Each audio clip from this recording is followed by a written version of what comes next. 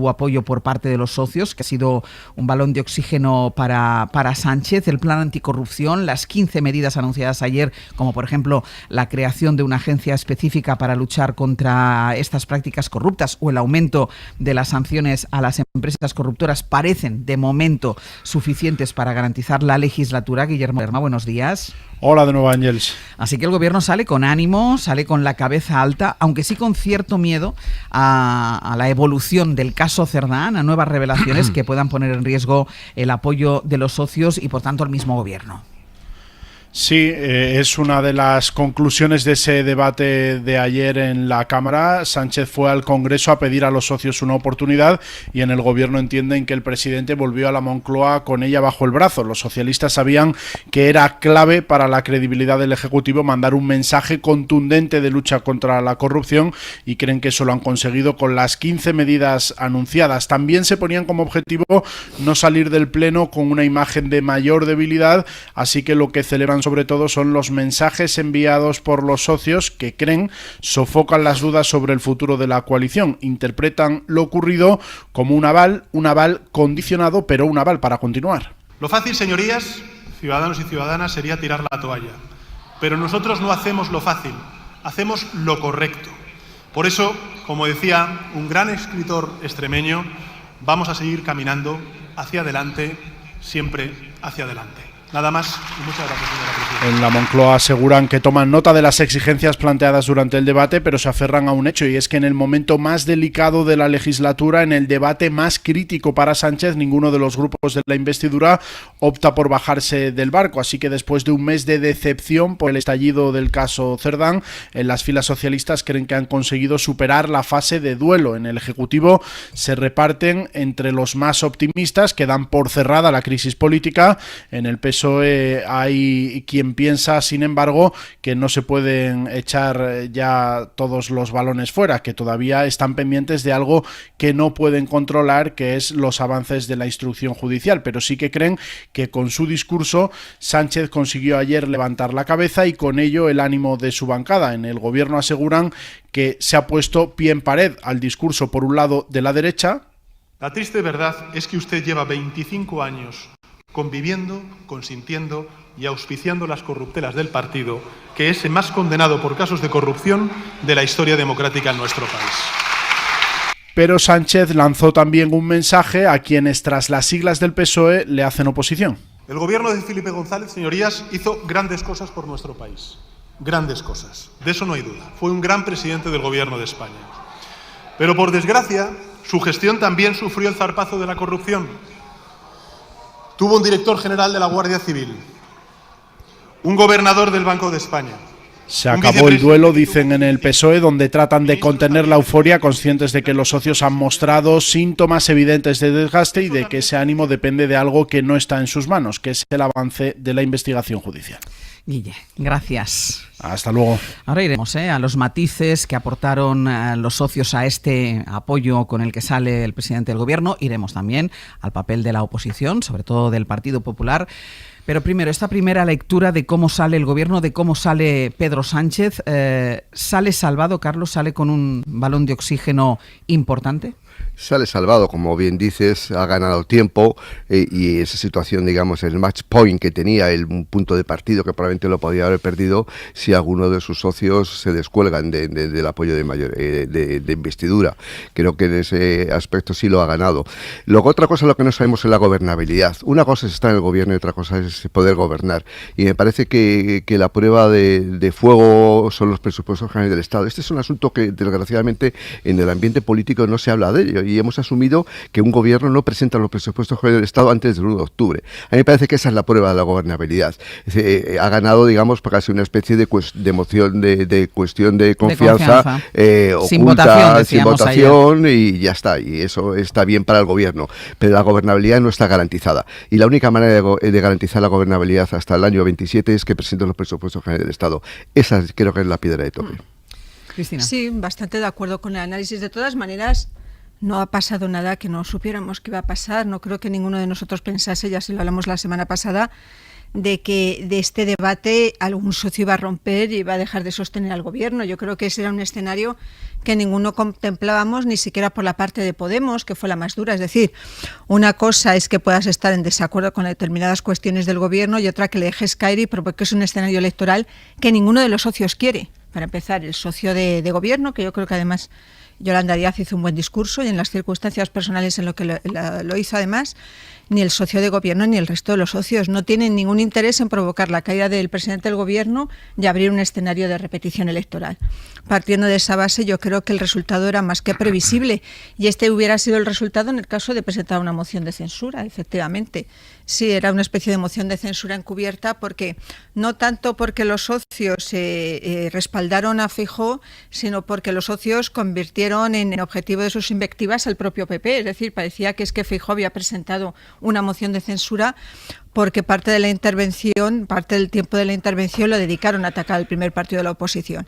Entonces yo creo que en eso es donde yo más percibí que estábamos ante esa moción de censura imposible.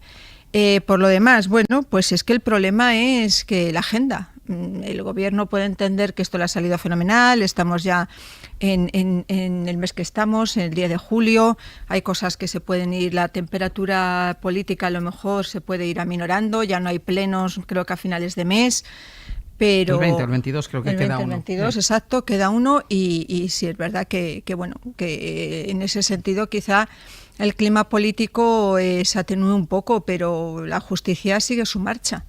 Y a mí me sorprendió las veces que insistió el presidente del gobierno, no menos de 4 o 5, en que esto era la corrupción de unos pocos, en que el señor Cerdán dijo literalmente, junto con otros muchos, una de las personas que me ayudó, junto con otros muchos no, fue la persona que se metió contigo en el coche. Es decir, insiste y luego dice, otro argumento que dio es que como estábamos rodeados de noticias falsas, pues no dimos de verosimilitud a lo de Cerdán. En el fondo me da a mí la sensación de que siguen minimizando lo que ha pasado con el tema Cerdán y estamos hablando de otras tramas paralelas de una enorme importancia. Y eso yo creo que ese convencimiento de que estos son 4 golfos, cuidadito con lo que puede ir pasando y con lo que puede ir revelando las investigaciones judiciales. Aroca. Bueno, yo no sé si la derecha institucional y la derecha de acompañamiento tienen idea privilegiada de cómo va a evolucionar judicialmente todo el problema o la gravísima crisis de la corrupción, ¿no? Salvo que tengan ellos información que les llegue, no sería la primera vez que tienen acceso o que militan incluso en unidades de investigación que lo supieran, pero en principio, salvo que haya algo que no sepamos o que vayamos a conocer previamente, lo que sabemos del caso Cerdán es lo que está ahora mismo judicializado. Es decir, aprendamos de una vez, antes lo comentábamos en la antesala con Carlos, aprendamos de una vez que en este país, que se supone que es un país democrático, y que está en los primeros puestos de los listados de los rankings, rige la presunción de inocencia y no la presunción de culpabilidad. Luego, por tanto, hasta ahora no se puede decir nada más del caso Cerdán que lo que está en la fase de instrucción. Si hay más cosas, lo veremos. Pero, independientemente de la corrupción, decía ante Carlos y se interrogaba, ¿qué va a pasar con la gobernabilidad? Yo diría con la gobernación de este país, ¿no? La gobernabilidad, se ha puesto en duda desde el primer momento. Siempre se ha dicho que era un equilibrio inestable, que el gobierno se está desmoronando desde el día siguiente a que se constituyera, por lo menos por los acompañantes de la oposición. Me refiero a los acompañantes mediáticos de la oposición política al gobierno de Coalición Progresista. Pero es que luego, ni en esta ocasión, bien es cierto que se dedicaba monográficamente en principio a la corrupción, o en otros acontecimientos parlamentarios y no parlamentarios similares, jamás se pone en cuestión lo que está gobernando el Partido Socialista junto con Sumar. No. Porque, claro, no se habla, por ejemplo, nunca, ni se cuestiona la política económica. ¿Habéis visto alguna vez que se cuestiona la política económica? Se queja el ministro de eso, precisamente. Bueno, pero el ministro se puede quejar por otros motivos, incluso por querer salir, no por querer prevalecer. Es lo que menos me importa en este caso, el ministro. Aunque sea un vehículo pero está archidemostrado que España, desde el punto de vista económico, está funcionando muy bien. ¿Hay alguna crítica? ¿Hay un proyecto alternativo? estamos sabiendo ahora, en este alarde de competir con la extrema derecha por parte de la otra extrema derecha con otras siglas, que van a hacer determinadas cosas. Por ejemplo, van a cuestionar el salario mínimo interprofesional, van a cuestionar muchas cosas. Incluso van a cambiar la política de inmigración, todo esto. Pero desde el punto de vista de lo que es la gobernación de este país, ¿qué pega le pone la derecha española a lo gobernado hasta ahora en estos 2 años? Sí, sabemos que algunos cuestionan la iniciativa legislativa en su momento para que el Parlamento, no el Gobierno, como dice la oposición mediática también, aprobara la ley de amnistía, aprobada por el Parlamento y ratificada por el Tribunal Constitucional. Por cierto, ayer decía el señor Feijóo que le decía ni más ni menos que al presidente que cambiase el Tribunal Constitucional. Efímeros conocimientos jurídicos y constitucionales tiene el señor Feijóo, que a la sazón dice que es licenciado en Derecho. Sí, pero la gobernación hay que demostrarla, ¿eh? Hay que demostrarla, y hay muchas leyes importantes que tiene que sacar adelante el gobierno. Estoy pensando, por ejemplo, en la ley de la reducción de jornada semanal, que es decir, eso tiene que tener mayoría suficiente, y me consta que el gobierno no tiene la mayoría suficiente. Ojalá la tenga, pero no la tiene. Es decir, la ley de presupuestos, insisto, es una ley crucial en cualquier sistema democrático y no está garantizada que el gobierno, de hecho, ni siquiera ha iniciado los trámites para presentar los presupuestos generales del Estado en tiempo y plazo, que tenía que haberlo hecho ya hace algunos meses, todo el procedimiento legislativo, porque es una ley sustantiva y es una ley muy importante que tiene una tramitación especial.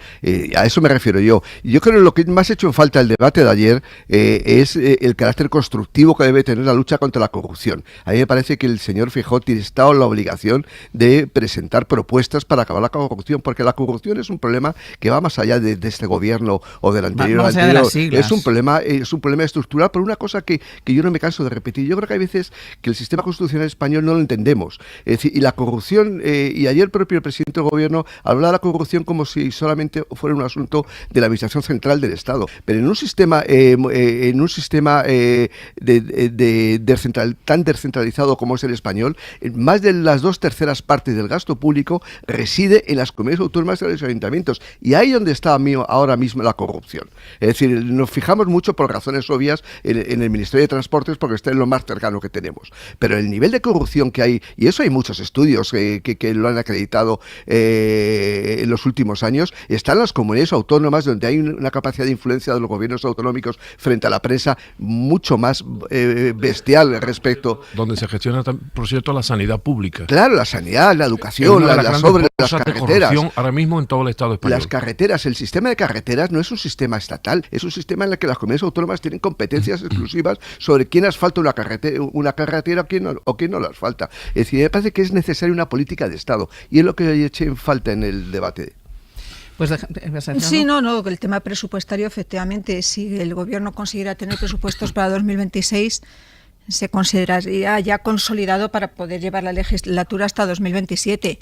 Y hay contactos, está empezando a haber contactos, los niegan, pero efectivamente hay contactos y bueno, en muy buena medida Zapatero está participando también de esas conversaciones con Puigdemont, aunque insisto, lo niegan formalmente. Pero esa es un poco la piedra angular del...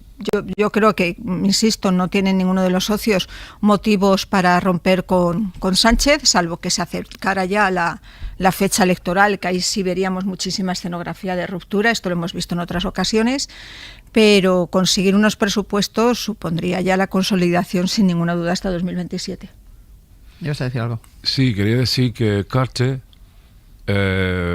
Bush, los dos, padre e hijo, Reagan y todos los expresidentes de Estados Unidos tienen la buena costumbre, por cierto, bastante patriótica, de colaborar con el presidente de la República de Estados Unidos, independientemente de su ideología. Es decir, con presidentes demócratas han colaborado presidentes republicanos, y con presidentes republicanos colaboran presidentes demócratas. Eso se llama cultura democrática de Estado. Por tanto, el que el señor Zapatero colabore con el presidente, e incluso, aunque sea de su propia ideología, es un signo de salud democrática. Lo que no es saludable es que los expresidentes se apandillen y se embosquen en trincheras mediáticas y no mediáticas para asaltar continuamente al que legítimamente tiene el poder porque los españoles, la ciudadanía ha decidido que lo tenga. Eso es lo anormal. Lo normal es que un presidente colabore con el presidente. Lo anormal es que los expresidentes no colaboren con el presidente y encima lo boicoteen. Ayer tuvo respuesta para todos ellos, incluido el de su propio partido. Sí. Felipe González tuvo La respuesta alusión a Felipe González fue muy clara. Para sí. todos ellos, bueno, en respuesta a todo lo que ellos han estado diciendo de Pedro Sánchez en estos últimos días. Vamos con los socios. En primer lugar, Sumar, porque ya saben que fue elevando el tono de las críticas y de la petición de explicaciones y de medidas al gobierno después de que estallara todo el caso Santos Cerdán. Ayer fue Yolanda Díaz quien quiso defender la postura de su formación, y lo hizo, además, levantándose del escaño de su formación y no sentada en la mesa, en el escaño, perdón, del gobierno. Agradeció primero a Pedro Sánchez que hubiera aceptado, hubiera incluido en ese paquete de medidas la mayoría de las propuestas que había hecho Sumar. Hubo mucha contundencia en la réplica de Yolanda Díaz en el Congreso. Se hizo patente incluso en la manera de explicarlo. Ana Fernández Vila, buenos días. ¿Qué tal, Ángeles? Buenos días. Y al final, además, también parece, y luego se lo podremos preguntar a Ernest Urtasun, pero que ha logrado una especie de golpe de liderazgo en un momento de muchísima división y de debilidad también de la formación de Sumar. Sí, Sumar tenía ayer el reto de explicar, por un lado, por qué les merece la pena seguir en el gobierno, seguir apoyando a un PSOE acorralado por la corrupción, y en el grupo parlamentario creen que Yolanda Díaz lo logró, lo decía de hecho el propio Urtasun ayer. Hoy tenemos la impresión de que la vicepresidenta en el Pleno se ha echado la mayoría progresista a la espalda. Ante las dudas de nuestros ciudadanos, ante las angustias de lo que ha provocado la situación, creo que la vicepresidenta hoy ha dado en la clave de lo que tiene que ser. Creen en Sumar que Díaz logró reivindicar el papel de su espacio como fuerza de gobierno, y creen de paso que también logró reivindicarse ella misma ante los suyos en un momento, como decías, complicado para Sumar, con su futuro como coalición en el aire y con el propio liderazgo de Díaz cuestionado por algunos sectores. Lo cierto es que todos en el grupo admiten que la vicepresidenta ayer salió reforzada en un pleno que era muy difícil para ella tras el fallecimiento de su padre, y difícil también para Sumar por el riesgo de verse arrastrados por la crisis del PSOE. En su discurso ya optó, como decías, por distanciarse de los socialistas, se sentó junto a su grupo parlamentario y no en la bancada azul junto al presidente, y trató de marcar perfil propio, pero eso sí, defendiendo la honradez de Sánchez, así lo dijo, y defendiendo también por qué cree que la legislatura debe seguir. Hoy subo aquí, señor Feijóo, en nombre de mi padre, porque no querría jamás que gobernaran las derechas en nuestro país. Así que sí, señor presidente, le pido que avancemos, porque no Sumar reivindica que han logrado que Sánchez asuma una decena de sus propuestas para acabar con la corrupción, y mira, eso sí, al siguiente reto, que es lograr que se conviertan en hechos y que no se frustren las expectativas generadas, sobre todo con Podemos presionando desde fuera del gobierno con las manos libres. El resto de socios, Ana, también apoyaron al gobierno con matices. Ninguno pidió elecciones así de entrada. Podemos incluso, a pesar de ser uno de los más críticos, tampoco lo hizo. Y en Esquerra también garantizó explícitamente Gabriel Rufián el apoyo, eso sí, siempre que el caso no escale. Sí, Sánchez se llevó ayer muchos avisos, algunos muy duros, pero si algo demostraron los socios ayer es que no quieren que la legislatura se acabe y que por lo menos por ahora están dispuestos a seguir sosteniendo el gobierno. Los más explícitos en este apoyo fueron Gabriel Rufián de Esquerra Republicana y Merche Azpurúa, aunque también dejaron sus avisos. Si esto escala, si al final nos hace escoger entre los corruptos profesionales o los corruptos cutres, nosotros le vamos a pedir, de hecho nosotros le vamos a obligar, que la gente decida. No se puede sostener una mayoría social, política e institucional como la actual solo con el argumento de que vienen Partido Popular y Vox. El PNV sí quiso ayer visibilizar una mayor distancia. Maribel Vaquero llegó a avisar a Sánchez de que si sigue sin aclarar el caso Cerdán, solo le quedará cuestión de confianza, dimisión o elecciones, pero dejó claro que aún no están en esa pantalla. Nuestra confianza va camino de la UCI. Señor presidente, está a tiempo, pero el reloj corre. Tampoco Junts quiso romper. Míriam Nogueras trasladó que quieren seguir haciendo valer sus 7 votos, pero avisó de que no van a sostener una farsa. No som aquí per sostenir aquesta farsa. Està vostè en pròrroga i la pròrroga no dura tota la legislatura. Y ni siquiera Podemos, con su discurso más duro de ayer de Yone Belarra, se plantea apoyar una moción de censura contra Sánchez. Ana, gracias. A vosotros. Mucho tiene que ver también en el apoyo que los socios le siguen dando al presidente del Gobierno, la actitud del Partido Popular, la actitud durante los últimos días, pero ya ayer en ese pleno, rompiendo cualquier tipo de puente con cualquier formación política, y eso que antes de que empezara el pleno decía el Partido Popular que iban a ver si había alguna quiebra, alguna fisura de algún socio, pero claro, con el discurso, con las dos intervenciones que hizo Alberto Núñez Feijóo, bueno, pues se le ponía complicado. Josué Coello, hola de nuevo. Hola, ¿qué tal? Aunque ellos siguen insistiendo, que el problema lo tienen los socios, que tragan con todo. Sí, recuerda, Ángels, que contábamos ayer que en el PP quieren enfocarse en dos frentes, por un lado en Sánchez, pero sobre todo en los socios para intentar retomar con ellos los contactos ante una posible cuestión de confianza. En Sánchez, Feijóo se enfocó, sí, pero tirando de artillería personal. Bajó al barro y casi olvidando el motivo de esta comparecencia, lanzó acusaciones como esta por un supuesto negocio del suegro de Sánchez. ¿Pero con quién está viviendo usted? ¿Pero de qué prostíbulos ha vivido usted?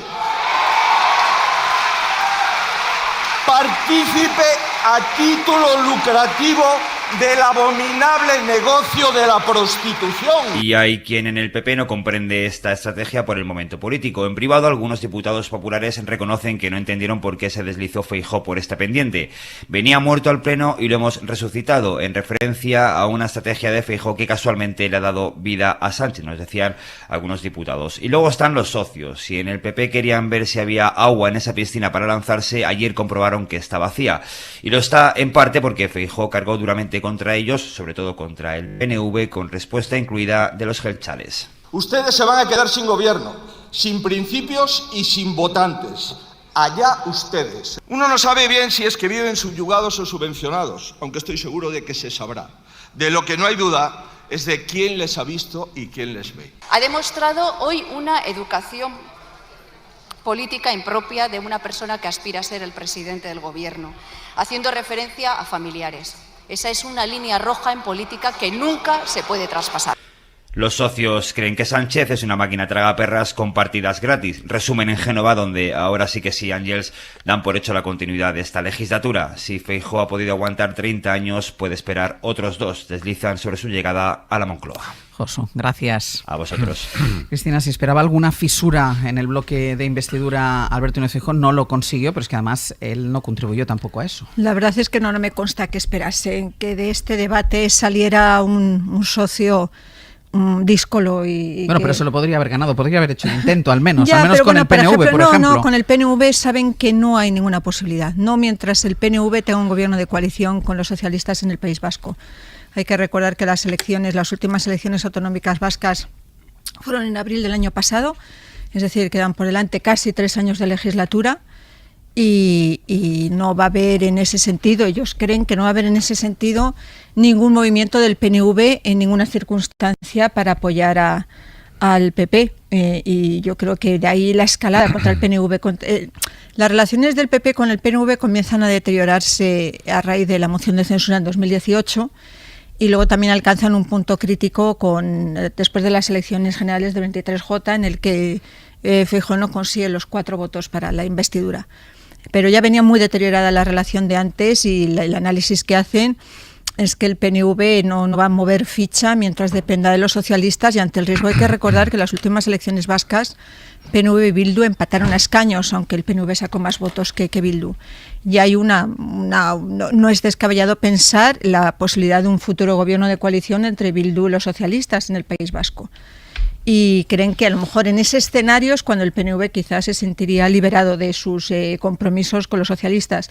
Pero mientras tanto entienden que la estrategia equivocadamente o acertadamente, eso habrá que verlo, que la estrategia de confrontación con los nacionalistas vascos. Sánchez, después de haber escuchado también el balance, la valoración, el análisis que hace el portavoz de Sumar y ministro de Cultura, Ernest Urtasun, de lo que pasó ayer en el Congreso de los Diputados, habíamos dejado el debate, yo de hecho también le preguntaba al ministro sobre el papel que ha podido jugar el Partido Popular, la derecha, en esa unión que ha habido de los socios, incluso aquellos que en algún momento y en momentos precedentes pudieran estar cerca del Partido Popular en algún algunas iniciativas, como es el caso del PNV, con todas las matizaciones que hacía antes Cristina de la Hoz. No hay ninguna fisura y mucho tiene que ver, Aroca, y ayer lo hablábamos, la actitud y la estrategia, sobre todo del Partido Popular, en este debate. Y no solo en este debate, porque nos planteaba el ministro, nos planteaba todas las medidas adoptadas por el gobierno, las que ha introducido Sumar, las propias medidas que lleva el Partido Socialista, y uno puede pensar que como la corrupción no es exclusividad de unas siglas, que debería ser casi una solución de Estado, y ahí no se puede encontrar tampoco el Partido Popular. No, eso era imposible porque la actuación del Partido Popular ayer ya estaba predeterminada por una serie de razones a las que me referiré ahora, pero antes quería decir, escuché que Cedrán iba en el Peugeot, ¿no?, de Pedro Sánchez, en aquella aventura casi novelesca, ¿no? Yo sospecho, cada día estoy más convencido de que en ese Peugeot iba también Feijóo. No sé si con una peluca o no, pero creo que Feijóo forma parte del proyecto político del Partido Socialista y de Pedro Sánchez, un aliado fiel que cada vez que está Pedro Sánchez en alguna situación comprometida, salva a él y lo salva, ¿no? Salta y lo salva. No sé si en una especie de torrentismo político, pero algo parecido. Yo creo que ayer el problema que tenía el Partido Popular no solamente es lo que se dijo y lo que se dejó de decir en el Parlamento, es que ya venía determinado por la sombra de su congreso, que se había celebrado recién, en donde lejos de acercarse al centro derecha se había deslizado gravísimamente, en mi opinión, hacia un extremismo, no solamente un extremismo ideológico, sino también un extremismo verbal. Yo creo que de ese congreso el Partido Popular no solamente salió una nueva extrema derecha con otras siglas, sino que salió también una extrema mala educación como herramienta de comunicación política, y que luego se vio verificada en el Parlamento. Y dentro de esa imagen implícita que había en todo lo que ocurrió y lo que iba a ocurrir, estaba el protagonismo inusitado, evidentemente, de la extrema derecha con las que se habían ennoviado. Primero, con el discurso previo que hizo Vox sobre la inmigración y la deportación de entre aproximadamente 8 millones de inmigrantes. Y después con otro hecho absolutamente antisistémico, ¿no?, que es ausentarse del Parlamento. O sea, si estamos reclamando todo que los grandes problemas de Estado se solucionen en el Parlamento, si hay una fuerza política que además que se ha ennoviado con otra, se ausenta del Parlamento y bueno, se comporta de esa manera, solamente nos está avisando de que el día que llegasen al poder y que fuera vicepresidente del gobierno, como nos ha advertido Esther Muñoz, que parece que no tiene ningún reparo en que lo sea, evidentemente ese será el parlamentarismo que veremos con el neofascismo o con la extrema derecha en el poder en España. Por tanto, todo ese tipo de cosas pues hacen que el señor Feijóo ya viniera con las manos atadas, porque independiente de lo que dijera, se le había puesto votando a todo el bloque constitucional, democrático, progresista o no, que se sienta en el Parlamento. O sea, todo el mundo veía detrás de Feijóo al Fumanchu de la democracia, que es el señor Abascal. Bueno, prácticamente desde el año 1990, en aquel Congreso de Sevilla, en el que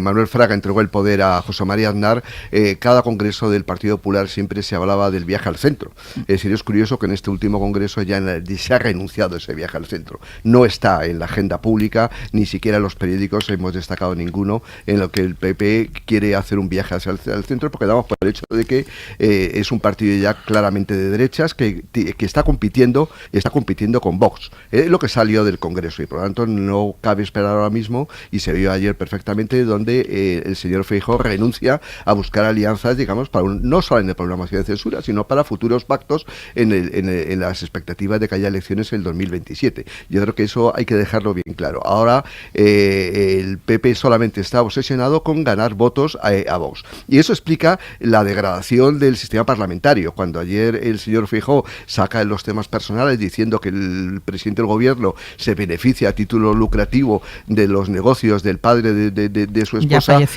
ya fallecido, lo que está haciendo es degradar el Parlamento. Y ahí ese es el error político que comete el señor Feijóo, en mi opinión.